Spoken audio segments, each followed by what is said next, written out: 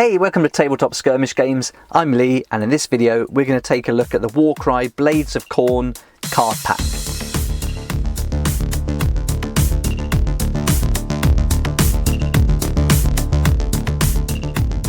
Here we go, here's the Warcry Blades of Khorne card pack.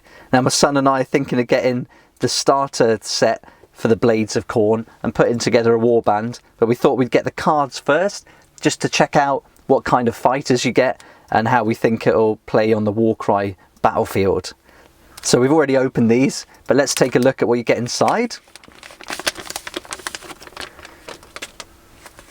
So we get the fighter types and ability cards, and they're in all the different languages. We only need the English, so we just put these to one side. And we also get 1, 2, 3, 4, 5, 6 fighter type cards and 2 duplicates. So it looks like we're just going to get the Flesh Hounds, the Bloodletters and the Bloodcrushers. So in the Age of Sigmar army starter pack, you're going to get the Bloodcrushers and Bloodletters. No Flesh Hounds, so you need to pick those up separately or just use a substitute, but I mean it's better to get the actual ones. So there we go, so just 3 fighter types to choose from, and let's have a look at the cards individually. Right, let's start with the lowest points fighter, and that's the Bloodletter. And here we go, so for 70 points, we're going to get movement 4, can take 10 damage with a toughness 3, and the flaming sword is 1 range with 4 attacks, which is nice, 3 strength, dealing 1 to 4 on a crit.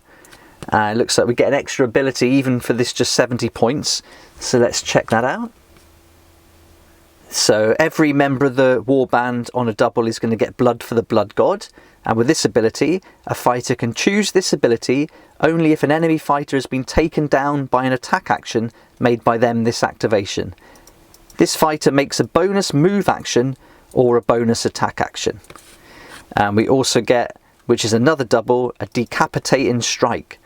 Add half the value of this ability, rounding up, to the damage points allocated by critical hits from the next attack action made by this fighter this activation that has a range characteristic of 3 or less. Okay, let's break that down. So this seems to be not that great. Let's have a look. Damage points allocated by critical hits from the next attack action made by this fighter this activation. So it's got to be within a range characteristic of 3 or less, which obviously it does, and it's got to make a critical hit already, and then you can add half of the ability of the dice to that critical hit. So I have to read that again, I think, and check that that's right, but that seems alright. I mean, for 70 points you're getting that extra ability, not bad. So that's our first Bloodletter.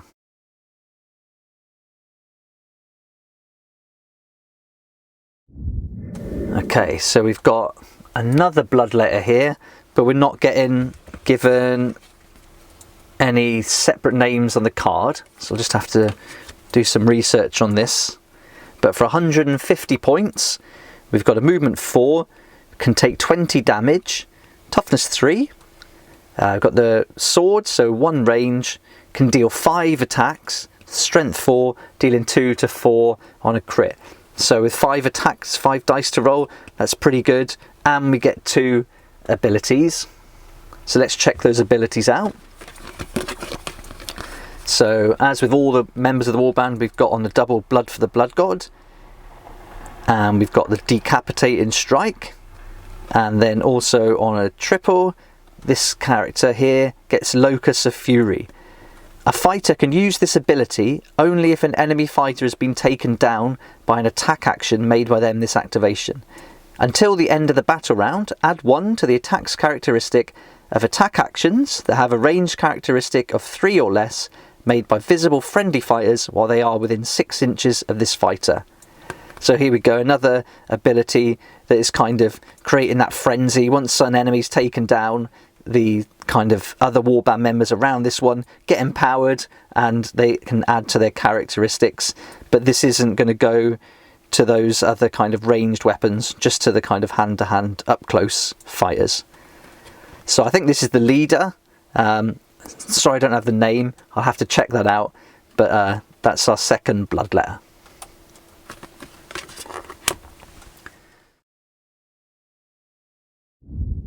And now we've got the Bloodcrusher. So these models look really good riding on these monsters here, and they look really great. So this is going to get 185 points. So we've got a range of 6, can take 30 damage, 4 toughness. So the rider's got a sword, so that's a range of 1, can deal 4 attacks with a strength 4 and 2 to 4 on a crit. And we've got 2 extra abilities here. So already this is shaping up to look like a really good fighter. As with the others, we've got Blood for the Blood God on a double, and we've got on a triple a Murderous Charge. Until the end of this fighter's activation, the next time this fighter finishes a move action within 1 inch of an enemy fighter, pick a visible enemy fighter within 1 inch of this fighter. Then allocate a number of damage points to that fighter equal to the value of this ability. So that's a really good one. Like this, you can just get up close to someone at the end of your move action, stay close to them, and then you're going to be able to give some damage points. And if you're rolling 5s or 6s, then that's going to be really good. And we've also got this other ability that's not on the card, but let's check out the core book and see what this means. So here we go. In the Warcry core book that comes with the catacombs and also the core set, it's got 2 pages of all the rune marks. So this rune mark here means mount, and any fighter with a mount rune mark can't climb. So this guy's not going to be able to climb, but with those extra movement there, the extra range, he's going to be able to get in and do some damage on the mount. So that's our Bloodcrusher.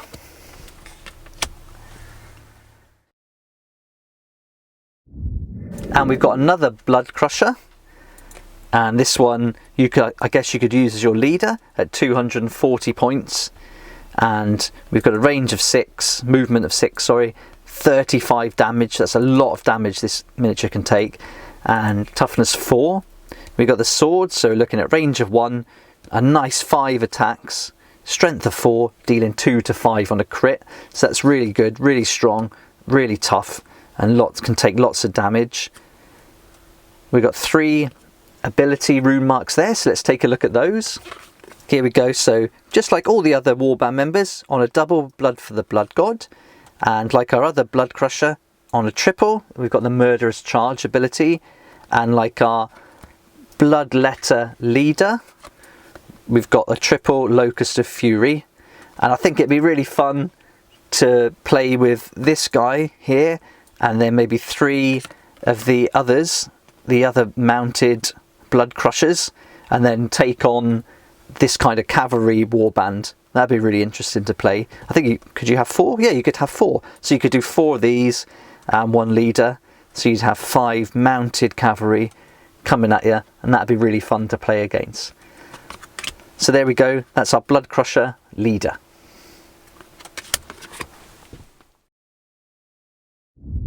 Okay, now we've got these crazy beasts, which are called flesh hounds. So for 170 points, you're going to get a movement 8, can take 20 damage with a toughness 4. They're attacking with fangs and claws, a range of 1, can deal 4 attacks, strength 4, dealing 2 to 4 on a crit. So these look quite mad. And they, again, just like we were going to do with the Bloodcrushers, you could just kind of have a pack of flesh hounds going at it and see how you could fight against those. That would be fun. But let's check out the ability. We've got one here. Let's see. Again, we've got the Blood for the Blood God on a double, but the specific ability for this flesh hound is on another double, Hungry for Flesh. A fighter can use this ability only if there is a visible enemy fighter within 6 inches of them. This fighter makes a bonus move action and must finish closer to the closest visible enemy fighter than they were at the start of that movement action. Okay, so this is a really good ability to keep the pressure on the opponents, and for just a double to keep these beasts with these high kind of like attacks and damage and toughness. That's a really good ability and interesting to play. But that's our first flesh hound, and we've got another one to check out next.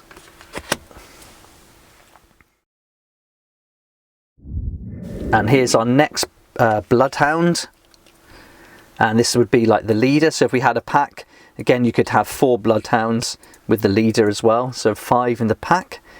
And for 240 points, you're getting 8 movement, a lot more damage points there at 30, toughness 4. We've got 3 abilities, which is loads. Attacking with teeth and claw, range of 1. This is great. 5 attacks, so 5 dice to roll with a strength 4. You're dealing 2 to 5 on a crit. So this guy's pretty serious. And let's check out the abilities. So we've got a double blood for the blood god. We've got the leader ability, which on a triple is Locust of Fury. We've got the double, which is hungry for flesh. And now this is a new one. So on a quad, we've got burning roar. Pick a visible enemy fighter within 8 inches of this fighter and roll a number of dice equal to the value of this ability. For each 2+, allocate 2 damage points to that fighter. Whoa, so that's huge. So you can just be within 8 inches of a fighter. If you're getting 6s on this quad, you can roll 6 dice. And for each 2+, you can allocate 2 damage points to that fighter. So this is going to be serious. If you get stuck in with this one, you could be dealing loads of damage. So that's really, really interesting. And that'd be really tough to play against for sure. So that's our Flesh Hound leader, and that's the final card from the pack. Okay, so all up, that's a really, although you only get 6 cards, I think they're really interesting. They look great fun to play. Right away, it appeals to me to pitch like a herd of Flesh Hounds or a cavalry of the Bloodcrushers above the Bloodletters. That seems really fun. I think that's going to add a really good dynamic to the game, and certainly in some kind of narrative you can imagine these guys bursting into a village and then coming across another warband who has to fight against them, or in like a woods you've got the Flesh Hounds roaming through. I think that'd be quite fun. So some real good options here. So for these, their RRP is £6 for the card pack. I paid £5.40, and I'll put a link in the description below that goes to Element Games where you can pick these up. It is an affiliate link, but it doesn't cost you anything. In fact, it's going to save you up to 20% on the RRP, and for any sales that are made through that link, I get a small commission, and that goes towards helping me develop my channel, and I really appreciate that support. So great, let me know what you think about the Blades of Khorne in the comment sections below, and how you think they'd make a Warcry warband. I'd love to hear your thoughts. Thanks so much for watching. Please like if you like the video, subscribe for more Warcry content like this, and don't forget to hit the notification button to join me next time on Tabletop Skirmish Gaming.